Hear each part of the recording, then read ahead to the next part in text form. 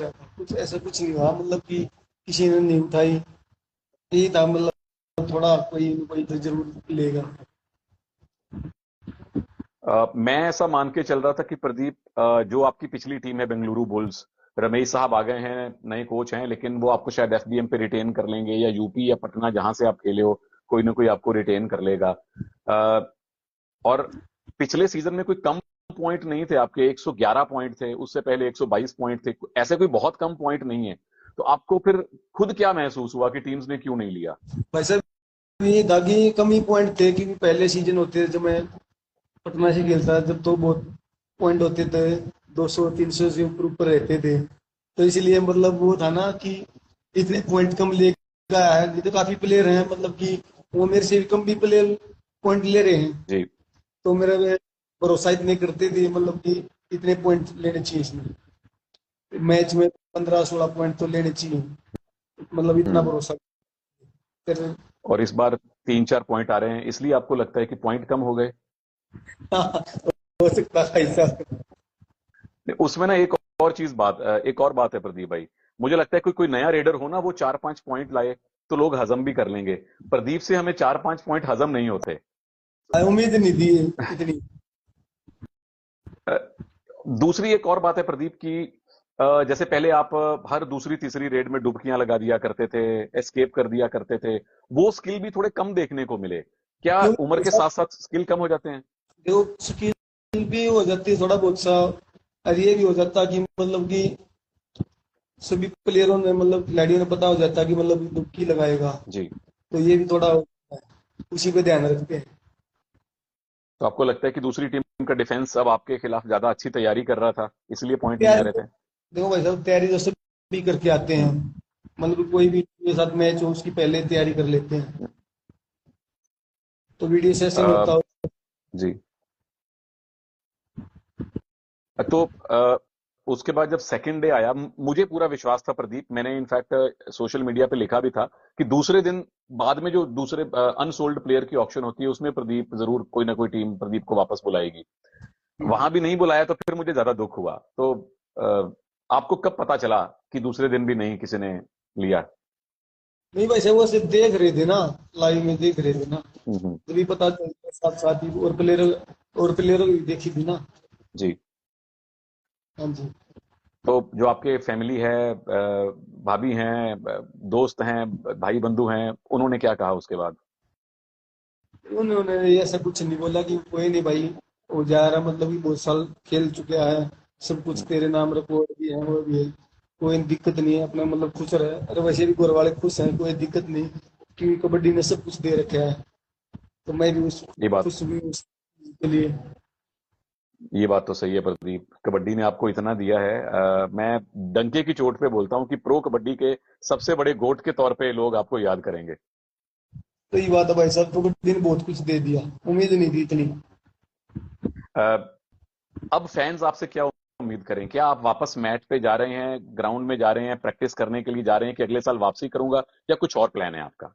नहीं भाई साहब, तो मतलब तो खेले तो नहीं गए, मतलब और ही कुछ देखे, कोई कोचिंग लाइन में या वो कुछ।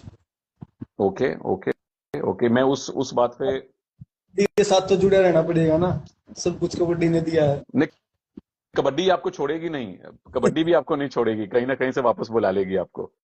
जी भाई। तो मैं आपकी जो जो प्रो कबड्डी की जर्नी रही है प्रदीप भाई, उस पे जाना चाहता हूँ। सीजन 2 में आप आए थे बेंगलुरु बुल्स में, तब तो कितने, आज से 10-11 साल, 9 साल पुरानी बात हो गई। उस सीजन में जी हाँ। पता भी नहीं चला। तो वो आपको सीजन याद है जब बेंगलुरु की तरफ से पहला मैच खेला था? हाँ भाई, सब याद है, मतलब कि बहुत सीनियर प्लेयर भी थे उसमें, हम्म। मंजीत अजय ठाकुर, बहुत सारे प्लेयर थे उसमें। हम्म। तो यही था, मतलब पहला सीजन था मेरा, तो कम मौका मिला था खेलने का भी। हम्म। फिर अगले अगले सीजन पटना गए तो उसमें फुल मौका मिला था। हम्म। पटना में आप पहले सीजन में गए और पहले सीजन में ट्रॉफी जीत ली, मनप्रीत सिंह कैप्टन थे, साथ में रोहित अक्की हुआ करते थे। उस सीजन की प्रदीप कोई खास बात याद है? इतनी खास तो नहीं है भाई साहब। आइए था कि मतलब सेकंड सीजन में तो ट्रॉफी जीती लगातार, मतलब 3 ट्रॉफी जीती। हम्म। आपके जो मतलब पहली ट्रॉफी जीतने वाले कैप्टन थे वो मनप्रीत सिंह थे। अभी उन्होंने एज अ कोच भी ट्रॉफी जीत ली है। तो मनप्रीत सिंह के साथ जब आप खेले थे, जब वो आपके कैप्टन थे, तो किस तरह से वो आपको हैंडल करते थे, क्योंकि वो बहुत सीनियर हैं, आप तभी नए नए आए थे। यही बोलते थे भाई साहब कि मतलब अपने खुल के जो अपना गेम वो दिखा, मतलब कोई कोई आप कुछ नहीं बोलेगा, कैप्टन नहीं बोलेगा, कोई दबाव नहीं है, आप अपने खुल के खेलो। उसके बाद मुझे याद है सीजन शायद 5 में आपको कैप्टन बनाया था, बीच में कुलदीप भाई को कैप्टनसी मिली थी। हाँ जी, हाँ जब पहली बार आपको टीम ने बताया कि प्रदीप आप कैप्टन बनने जा रहे हो, तो क्या फील हुआ कि भाई ये तो जिम्मेदारी आ गई, क्या अच्छा लगा? जी।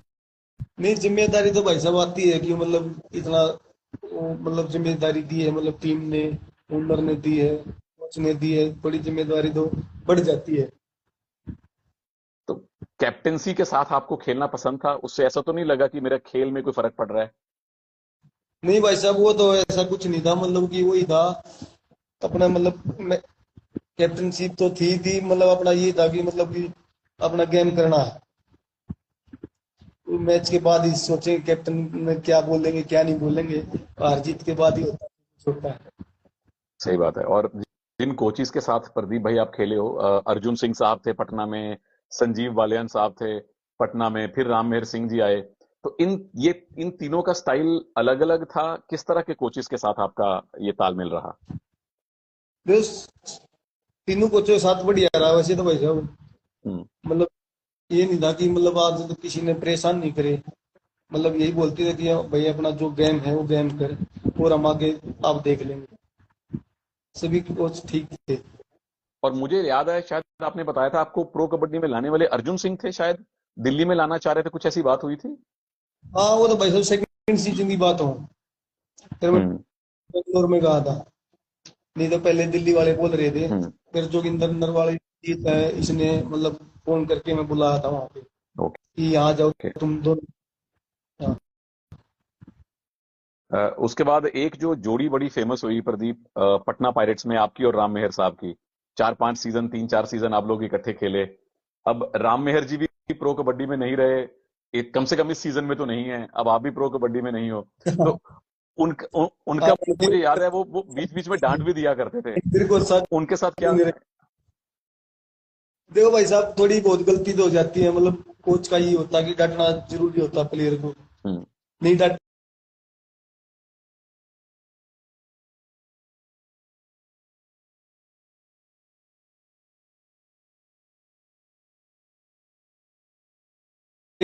क्या कर देंगे प्लेयर, थोड़ा कंट्रोल में रखना बहुत जरूरी होता है। हम्म। तो राम मेहर जी की डांट भी वो पिता की तरह थी, है ना, बड़े भाई की तरह। जी जी। उस उसके बाद प्रदीप पहली बार जब आप ऑक्शन में आए थे, जब पटना से रिलीज हुए थे आप, यूपी ने आपको अच्छी अमाउंट पे लिया था, तो उससे पहले आप अपनी टीम के स्ट्राइक रेडर थे, पटना पायरेट्स के नंबर 1 रेडर आप थे। जब आप यूपी में आए तो सुरेंद्र गिल एस्टेब्लिश प्लेयर थे, तो आप 2 स्ट्राइक रेडर हो गए, तो वहां एडजस्ट करने में कोई दिक्कत तो नहीं हुई? नहीं, दिक्कत नहीं भाई साहब, वो होता था कि मतलब कि एक प्लेयर मैं नहीं चल रहा था, सुरेंद्र गिल चल जाए, सुरेंद्र गिल नहीं चल रहा था मैं चल जाऊं, ये था मतलब अच्छी बात थी, कोई ना कोई तो टीम के लिए अच्छा कर रहा है। वैसे फैंस कह रहे थे कि हम प्रदीप को पटना के अलावा किसी और टीम में देख नहीं सकते, मजा नहीं आ रहा देखने में। क्योंकि भाई साहब वहाँ इसलिए बोल रहे हैं कि अच्छा वहाँ अच्छा करता था, हम्म। कई खेल चुका हूँ, ट्रॉफी भी मिली है वहाँ। मतलब क्या प्लेयर का टीम बदलने से फर्क पड़ सकता है? पहले परफॉर्मेंस कुछ और, नई टीम में कुछ और। ये तो भाई साहब थोड़ा बहुत तो हो ही जाता है कि मतलब कि नए प्लेयर आते हैं उस टीम में। नहीं तो हम पटना में देखते ही काफी प्लेयर मतलब एक साथ ही रहते थे, कई सीजन साथ में खेलते थे। और इस बार जो लास्ट सीजन आप खेले, वो आपकी पहली टीम और आपकी लास्ट टीम एक ही थी, बेंगलुरु बुल्स, रणधीर सिंह शेरावत साहब। और मुझे याद है वही शेरावत साहब ने, वही मुझे शुरू में याद है भी वही कोच, वही कोच थे। और पिछले सीजन की ऑक्शन के बाद उन्होंने कहा था रणधीर सिंह जी ने कि प्रदीप के अंदर बहुत सारी कबड्डी अभी बाकी है, ये प्रदीप 150-200 पॉइंट लेगा। तो अंदर से कहीं वो टीस रह गई कि यार मैं कुछ और खेलूं, या आपको लगता है कि यार मैंने बहुत कबड्डी खेल ली है? तो यही था भाई साहब, वही बोला था कि मतलब कोच साहब ने बोला था कि जब तक मैं हूँ जब तक प्रदीप है, मैंने बोला था कि जब तक कोच साहब है जब तक मैं हूँ। तो ये हम्म। दोनों कोच भी आगे, रामेर कोच भी नहीं रहे, हम्म। रवि कोच भी नहीं रहे, तो मैं भी नहीं रहा। बोले अब तो नहीं बस नहीं। यही है कि कबड्डी खेलनी तो बहुत सारी है, अब की बार नहीं पड़ा नंबर, और हम्म। आगे मतलब खेलेंगे कि कोचिंग लाइन में ही देखेंगे, कहीं और काम देखेंगे, कोई दिक्कत नहीं। मैं खुश हूँ उसके लिए। ये बहुत आपने बड़े दिल वाली बात की है प्रदीप की। अ, मतलब हम क्या आपके फैंस ये मान के चलें कि प्रदीप नरवाल की एक तरह से रिटायरमेंट है कबड्डी एज अ प्लेयर? जी भाई साहब, अब तो रिटायरमेंट ही ले ली भाई। मैंने पहले ही बोल रहा था भाई साहब, लीग में ही बोल रहा था मैं, पहले ओके। पहले मना कर दिया था। रणधीर कोच साहब ने ही मना कर दिया था, अभी मत ले। और भी मतलब स्टार वाले से ही बात हुई थी, उन्होंने भी मना कर दिया अभी मत लेना, इसलिए मतलब मैं रुक गया था। ओके, तो इस आप इस इंटरव्यू के जरिए, इस लाइव के जरिए, क्या आपके फैंस मान लें कि अब प्रदीप नरवाल ने एज अ प्लेयर रिटायरमेंट ले लिया है? देखो वैसे तो मानना पड़ेगा, इतने अच्छे फैन हैं, कोई दिक्कत नहीं। कोई नहीं, कबड्डी के साथ जुड़े रहेंगे, कोई दिक्कत नहीं। हम आपको दूर जाने भी नहीं देंगे, आप कबड्डी आपको दूर जाने भी नहीं देगी प्रदीप, जितना मैं प्यार जाऊंगी आपको। क्योंकि कबड्डी ने आप सब भी नहीं जाओगे? बाहर थोड़ी जाएंगे। जी। तो एक बात, मतलब मैं खुद भी सोच रहा था जब ऑक्शन होती है आपके, ठीक है, पटना वाले पॉइंट नहीं आ रहे, 300 350, पर 100 से ऊपर पॉइंट लगातार आ रहे हैं। कुछ प्लेयर ऐसे भी हैं जो 100 150 पॉइंट लाते हैं, उनको फिर भी काफी पैसा मिल रहा है, और आपको किसी ने लिया तक नहीं है। तो थोड़ा ये खराब नहीं सब लगता? कोई ना, वो तो किस्मत की बात होती है भाई साहब। ये भी खैर बड़े दिल की बात है, उन प्लेयर्स की अपनी किस्मत है, आपकी अपनी किस्मत है। मैंने एक और बात कही थी प्रदीप अपने यूट्यूब पिछले वाले वीडियो में, कि पटना या यूपी को चाहिए कि प्रदीप को अपना मेंटोर या कोच या आइकॉन बना के अपने साथ बिठाएं। आपको किस चीज में इंटरेस्ट आएगा, हमारे साथ कमेंट्री करने में या प्लेयरों के साथ कोचिंग वगैरह करने में? सब कमेंट्री तो नहीं हो पाएगी। टीम के साथ जुड़ने में अच्छा है। तो ये मान के चलें कि प्रदीप नरवाल हमें एक कोच के तौर पे दिख सकते हैं आने वाले टाइम में? देखो भाई साहब, वो तो किस्मत की बात है। आपका इंटरेस्ट है कोचिंग में? हाँ, क्योंकि देखो कबड्डी के साथ जुड़ा रहना पड़ेगा, तो इंटरेस्ट तो लेना पड़ेगा। इंटरेस्ट है बहुत। गांव में बच्चे आते हैं आपसे कबड्डी सीखने, आप सिखाते हैं वहां पे? भाई साहब यहाँ पे अभी भी मैं एकेडमी में हूँ, ओ बहुत ओके। सारे बच्चे हैं। थोड़ा आप एकेडमी दिखाएंगे प्लीज कैमरा से? हाँ हाँ जी जरूर। अभी तो क्या बात है जी। बाइक दिख रही है, साइकिल दिख रहा है, ग्राउंड दिख रहा है, बच्चे दिख रहे हैं, क्या बात है, मिट्टी पे कबड्डी हो रही है। और कोच साहब प्रदीप नरवाल, अब क्या बात है जी। बच्चे बैठ के मुझे लगता है वो इंस्टा लाइव देख रहे हैं कि प्रदीप भाई को यहाँ पे हम लोग देख लें। आज आज से 7 8 साल पहले तो प्रदीप ये सोचा नहीं होगा कि रोल बदल जाएगा, कि अभी कुछ साल पहले आप यहाँ खेल रहे थे, अब आप कोच बन जाओगे। देखो भाई साहब, अभी देखते हैं कोच कोच की भी क्या रहेगा क्या हम्म। नहीं। ये तो यहाँ बच्चे एकेडमी कर रखी है, एकेडमी में बच्चों को खिलाएंगे। हम्म। तो आपने भी इसी जगह ट्रेन किया था जब आप खेलते थे, इसी जगह ट्रेनिंग करते थे? देखो भाई साहब, ये एकेडमी रही अपनी अरे यहाँ, वाह। ये आपके गांव हरी स्टेडियम, ये बहुत बढ़िया। नजदीक स्टेडियम है। ओके, वो इंडोर स्टेडियम है मैट वाला? नहीं, मैट नहीं भाई साहब, वो ऐसे बना रखा है। अच्छा अच्छा। ओके। यार आपकी एकेडमी में तो आना आऊंगा मैं प्रदीप भाई कुछ टाइम के बाद। आओ, कभी भी आओ भाई साहब। पक्का पक्का, आपसे मिलना बाकी है, मतलब मिले तो हम कई बार हुए हैं, लेकिन आपके घर का खाना खाना बाकी है अभी। कभी भी आओ भाई साहब। पक्का, मैं पक्का आऊंगा प्रदीप। और आपके बहुत सारे फैंस ये भी कह रहे हैं लगातार नीचे, और मुझे और पहले कमेंट आए थे कि प्रदीप प्लीज रिटायरमेंट मत लो, दोबारा सोच लो, आपके बिना प्रो कबड्डी देखने का मजा नहीं आएगा। तो उन फैंस को आप क्या कहना चाहते हो? अब मैंने देखे थे भाई साहब कमेंट, बहुत सारे प्लेयर मतलब फैन बोल रहे थे कि अब हम कबड्डी नहीं देखें, ये नहीं है। ऐसी कोई बात नहीं भाई, प्लेयर और बहुत सारे हैं, उनको देखो। ये नहीं होता कि मतलब हर टाइम मैं ही खेलूंगा, कोई टाइम होता है खेलने का भी। फैन एक तो सारे नाराज मैं बहुत सारे खुद फोन भी नाराज हूं। आए। आपका फोन तो लगातार बज रहा होगा जब से ऑक्शन हुई है। आते रहते हैं भाई सब मैसेज। अच्छा, एक सवाल है जो बहुत सारे फैंस लगातार पूछ रहे हैं कि आपके 2000 रेड पॉइंट पूरे होने वाले थे, थोड़े ही रह गए थे, तो वो कभी सोचा नहीं कि यार 2000 पॉइंट्स भी रह गए, वो इतना बड़ा इतिहास रह गया बनते बनते। चलो भाई साहब भी जितने बने हैं भी बहुत सारे हैं, अभी तो टाइम लगेगा किसी ने तोड़ने के लिए। मुझे लगता नहीं कि ये रिकॉर्ड टूटने वाला है। भाई साहब रिकॉर्ड तो टूट जाता है इसलिए बनते हैं रिकॉर्ड। कौन से प्लेयर आपको लगते हैं प्रदीप, चलो अगर रिकॉर्ड तोड़े नहीं तो कम से कम आपके पास में कोई 1500 1800 पॉइंट कौन सा प्लेयर ला सकता है? अभी तो भाई साहब देखो टाइम लगेगा उनका, अभी भी कुछ नहीं बता सकते। हम्म। लेकिन जो नए रेडर आए हैं पिछले 2-3 साल में, उनमें से आपको कौन से लड़के पसंद हैं? देखो भाई साहब यही होता है कि मतलब इंजरी बहुत होती है उसमें, किसी प्लेयर का इंजरी ना हो तो मतलब कि ये है अब की बार पटना में था, इन्हें बहुत सारे पॉइंट लिए हैं, अच्छा भी खेला है देवांग। देवांग। दिवांग ने। मतलब जी। यही आप ये बोले कि कभी इंजरी ना हो, इंजरी हो जाती है वहीं से मतलब गाड़ी रुकी जाती है प्लेयर की। ठीक बात है। और जब आपने कबड्डी खेलनी शुरू की थी, आज से मतलब 10 12 13 15 साल पहले की बात है, तो आपको कौन से प्लेयर अच्छे लगते थे जिनको देख के आप उनकी तरह बनना चाहते थे? मेरे गाँव का था भाई साहब, मैं कुलदीप, ये कुलदीप नरवाल। जो इन्हीं पटना में कैप्टन थे आपके? जब छोटे, हाँ हाँ, जो पटना के कैप्टन थे, इन्हीं को आते जब ग्राउंड में इन्हीं को देखते थे आगे, मतलब डिफेंस भी करता था और ऑफेंस भी करता था साथ में, इन्हीं को देख के मतलब ज्यादा वो बना था। मुझे बड़ी अच्छी तरह याद है, मैं इस बात का गवाह हूं, जब पटना में कुलदीप को लाया था तो प्रदीप ने खुद मुझे फोन पे बताया था कि कुलदीप मेरे बड़े भाई की तरह है, वो टीम के कैप्टन बनेंगे और मैं आराम से रेड करूंगा। देखो सीनियर भी बहुत थे ना भाई संजय से, जी।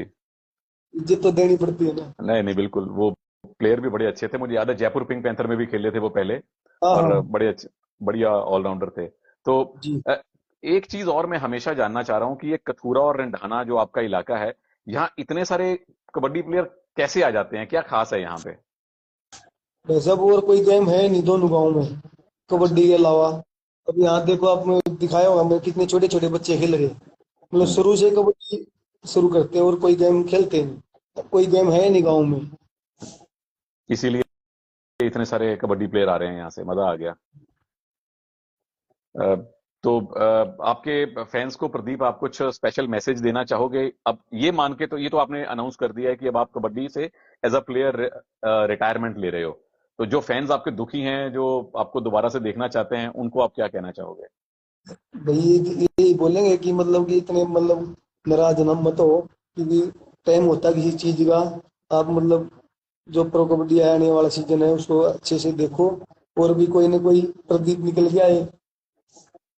क्या बात है, कितनी कितनी बड़ी बात आपने बोली है कि और भी कोई प्रदीप निकल के आएगा, और भी बड़े बड़े स्टार निकल के आएंगे। पर एक बात मैं डंके की चोट पे फिर बोल दूं सबके सामने, कि प्रो कबड्डी में प्रदीप जैसा प्लेयर बहुत कम आता है। गिने चुने प्लेयर हैं जिनको इतना प्यार मिलता है और जो इतना साल खेल जाते हैं। अच्छा, एक मेरा और मैं सवाल पूछना चाह रहा था प्रदीप आपसे। आप सीजन 3 4 5 6 7 8, 6 सीजन आप एक पीक पे खेले हो, हर सीजन में आपके बड़े पॉइंट आते थे, 10 10 12 12 की एवरेज थी, तो इतनी लंबी फिटनेस का आपका राज क्या था? देखो भाई साहब फिटनेस तो ये है कि प्रैक्टिस की होती है ज्यादा, तो मतलब प्रैक्टिस करोगे तो फिट रहेगा इंसान, वैसे मतलब लौट के खाएगा तो कहाँ फिट रहेगा। मैं तो मानता हूँ कि प्रैक्टिस ही करनी चाहिए, जो भी अपने कोई भी गेम हो प्रैक्टिस को मिस मत करो। खाना पीना भी बढ़िया रखो। जी आपके खाने पीने में घर का खाना पीना होता है, या जो आजकल सप्लीमेंट आते हैं, डिब्बे आते हैं, गोलियां आती हैं, वो होते हैं? घर वाला खाना खाते हैं भाई सब, पहले भी घर वाला खाया था, आज भी घर वाला खा रहे हैं, कोई मतलब कभी प्रोटीन प्रोटीन कुछ नहीं लिया। एक दिन मैं भी आपके घर का खाना खाने आऊंगा प्रदीप, वो जी बिल्कुल। अपना पेंडिंग है। और थैंक यू सो मच। मैं जितने भी प्रो कबड्डी फैंस हैं उनकी तरफ से आपको थैंक यू बोल रहा हूं इस बात के लिए, क्योंकि सीजन 3 से लेके 7 तक, ये मेरा मानना है, प्रो कबड्डी में जितने नए फैन जुड़े वो बहुत सारे आपके कारण जुड़े थे। हर इवन जो जो जो क्रिकेट की कमेंट्री करते हैं लोग, बड़े बड़े क्रिकेटर्स मुझसे पूछा करते थे कि यार प्रदीप नरवाल का बड़ा नाम सुना है, प्रदीप नरवाल का हमने बड़ा नाम सुना है, बहुत बड़ा प्लेयर है। तो उन सबकी तरफ से आपको थैंक यू है। आपने बहुत बड़ी फैन फॉलोइंग दी है प्रो कबड्डी को। जी भाई साहब।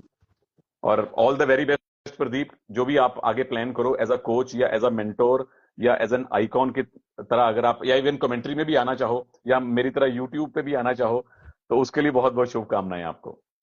थैंक यू भाई साहब, थैंक यू। और मेरे फैंस को भी, सभी को थैंक यू इतना प्यार देने के लिए।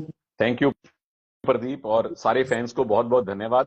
और प्रदीप ने दो तीन बातें बड़ी साफ साफ आज कही हैं यहाँ पे, कि एज अ प्लेयर अब वो कबड्डी से रिटायर हो रहे हैं, पहली बात। दूसरी बात ये कि जितनी कबड्डी खेले उन्हें बड़ा मजा आया।